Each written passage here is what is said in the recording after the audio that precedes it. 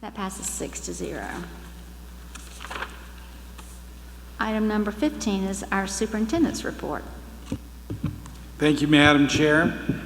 Indeed, we have so much to be proud of here in our school district, and we are so blessed to have such great students and parents in a community, but oftentimes we don't always hear the gratitude of every single parent and student.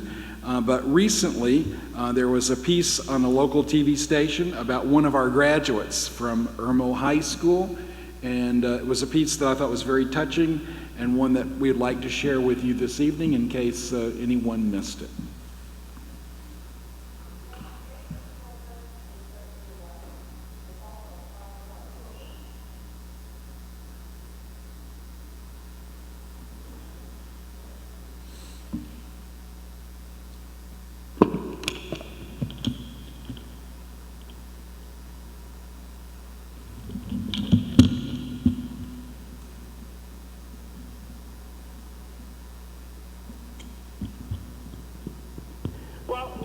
Children is certainly a blessing. Also hard work. Each stage of growing up brings its own set of new challenges. Of course, for many parents, life can sometimes deliver a diagnosis, and no matter what it is, decisions need to be made. The first one being, will this disorder, will it define my child, or will the gifts that it brings be embraced? Meet one Columbia family who chose to live in the present and take it day by day. Do you like Magnus Carlsen too? Yeah, but he's like a rookie. He's a little chess. If the kitchen table conversation over a game of chess isn't a hint, Then, I don't think that it can go like this. then it's all the books lining the shelves that give it away. This is no ordinary family. I was thinking we could have everyone versus Q. Q for Quentin, the third of 4 boys making up the brothers' band. All of them smart, but Mom says Quentin has an extraordinary gift that unwrapped itself early on before his parents' eyes. We noticed that he could read, and I would teach him how to read. By the age of 3, he knew all the states and their capitals. We found a periodic table for one of our other children of the elements, and Quentin memorized it in a day. Just as their 3-year-old showed remarkable abilities, up went red flags, signals many times only Mom sees. So the milestones, rolling over, crawling, speaking, waving, all of that was different. Maybe he was a late bloomer. Maybe. But Mom followed her gut, leading to the day she stared down a team of doctors. And they said, we think he has autism. And they were sort of looking at us for our reaction, and we just said, okay, now what do we do? A reaction many parents who get that news don't have. Instead of fearing autism, Erin and her husband decided at that moment, hope would lead the way for Quentin. What is the alternative? You can be sad, you can look at what he can't do at that time, and you can focus on that. But he really, even at that point, had extraordinary ability. And we knew that he could do something with that ability. As Quentin grew up, his mind's amazing ability to memorize meant mathematics. And that's when things really started to click. That's the 1 over 1, 2, 3, 4, 5, 6, 7 and so on. You were in 3rd grade. Yeah. That's amazing. Yeah. From tackling something called the zeta function to diving into books bigger than his head, all as a young boy. This book here, Princeton Companion to Mathematics. I'm reading the inside cover. It says, to Quentin, from Mom and Dad, with all our love, may your love of mathematics grow unbounded. And you read this whole thing? Not really. Not really. Just skimmed it. Yeah. Light reading. Mastering math in the comforts of home was one thing. School would be more of a challenge. We were always aware of how people looked at him and how people treated him. And we never actually had any problem with bullies. We've been very, very fortunate. And part of that is because he has brothers big brothers helped, and Aaron knew if Quentin and all of his quirks were going to make it to graduation, she would...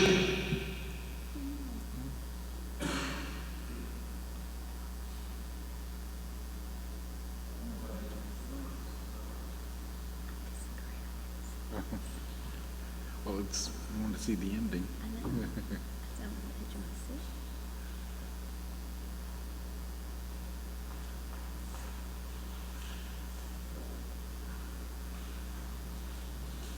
Is this a tease?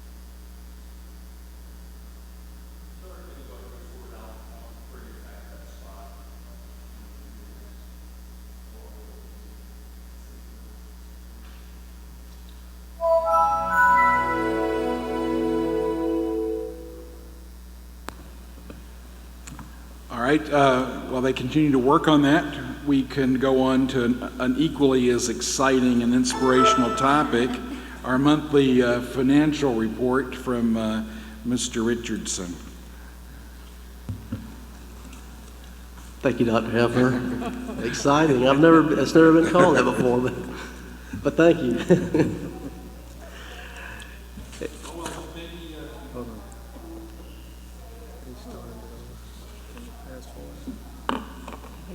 You want me to go ahead? Do you want us to go back, Mark, or continue? All right.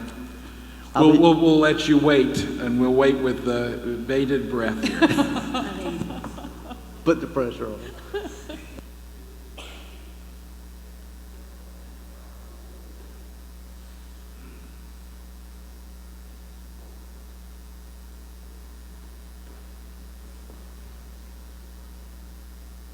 Now what do we do? A reaction many parents who get that news don't have. Instead of fearing autism, Erin and her husband decided at that moment, hope would lead the way for Quentin. What is the alternative? You know, you can be sad, you can look at what he can't do at that time, and you can focus on that, but he really, even at that point, had extraordinary ability, and we knew that he could do something with that ability. As Quentin grew up, his mind's amazing ability to memorize met mathematics, and that's when things really started to click. That's the 1 over 1, 2, 3, 4, 5, 6, 7, and so on. You were in 3rd grade. Yeah. That's amazing. Yeah. From tackling something called the zeta function to diving into books bigger than his head, all as a young boy. This book here, The Princeton Companion to Mathematics, I'm reading the inside cover. It says, to Quentin, from Mom and Dad, with all our love, may your love of mathematics grow unbounded.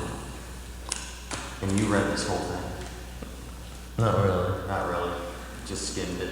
Yeah. A little light reading. Mastering math in the comforts of home was one thing. School would be more of a challenge. We were always aware of how people looked at him and how people treated him. And we never actually had any problem with bullies. We've been very, very fortunate. And part of that is because he has brothers. Big brothers helped, and Erin knew if Quentin and all of his quirks were going to make it to graduation, she would need to be a hawk, the kinder, gentler type. You have to be involved. You have to be involved in your school. You have to be helpful. You have to be positive. And we had a great rapport with our teachers. And I think because they knew we were serious about education, that we weren't there to try to get out of something or to make it, so easy for him, that we wanted him to jump through the hoops that the other kids had to jump through, because that's what life brings you. Life also brings doubt, but those tough days Erin thought her son's challenges with autism may keep him from graduating were silenced by the noise at Irmo High School's commencement. Red Calhoun Bay. Quentin Matthias Bay, distinguished honor graduate. You can see Quentin's story play out through his mother's eyes, a journey orchestrated by family, supported by friendly faces willing to pitch in and keep Quentin on his path of a life less ordinary. It's been an incredible journey, and so many people along that journey have helped him and have helped us. And it was an incredible moment. We're so proud of you for graduating yesterday. I know you were anticipating, like you said, thumbs up, high five, fist bump. That's awesome. You're a high school grad. Now you're going to college. Thank you. You're going to rule the world, man. Yeah. Yeah, that's right. Yeah. And you didn't get to see Quentin's dad. He's very much involved. He just wanted to let Kind of behind the scenes. mom do the talking. And Erin really praises Lexington Richland 5's excellent special needs program and all-around approach to being flexible and tailoring Quentin's education to fit his needs. Well, you can see.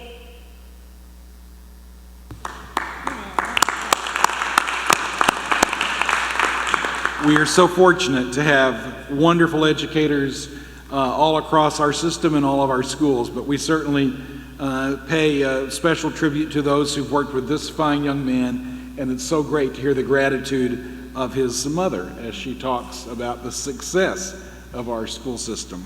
All right, now we'll go to Mr. Richardson for our monthly financial reports. Thank you, Dr. Hefner. The exciting financial report for the month of May is in Exhibit B of your packet. We are basically 92% through the year as of May 30. Revenues and expenditures are in line, and I will be glad to try to answer any questions should you have any. Mr. Turner?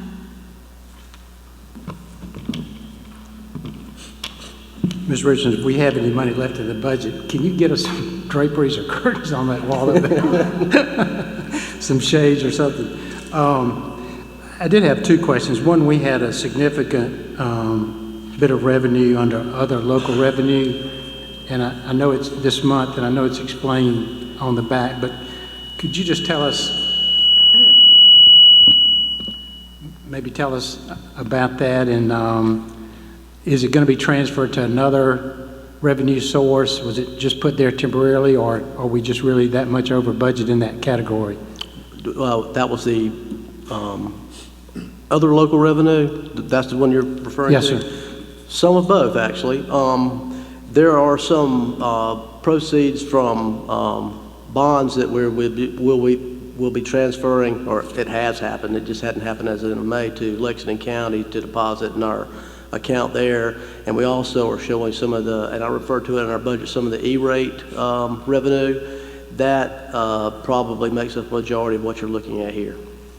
And the final question, we've been asking this for the anticipation of the use of operational balance funds this year.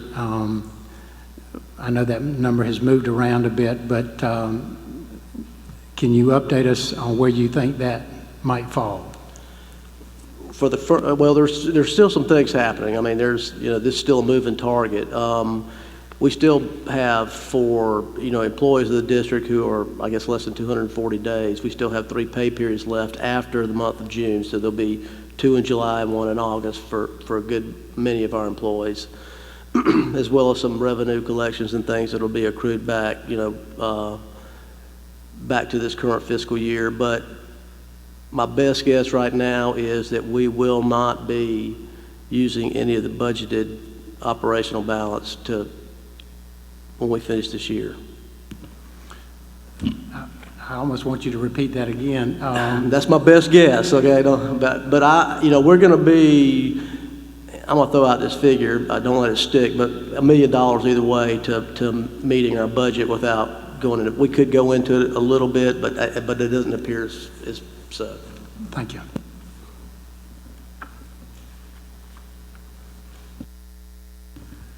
That concludes the superintendent's report.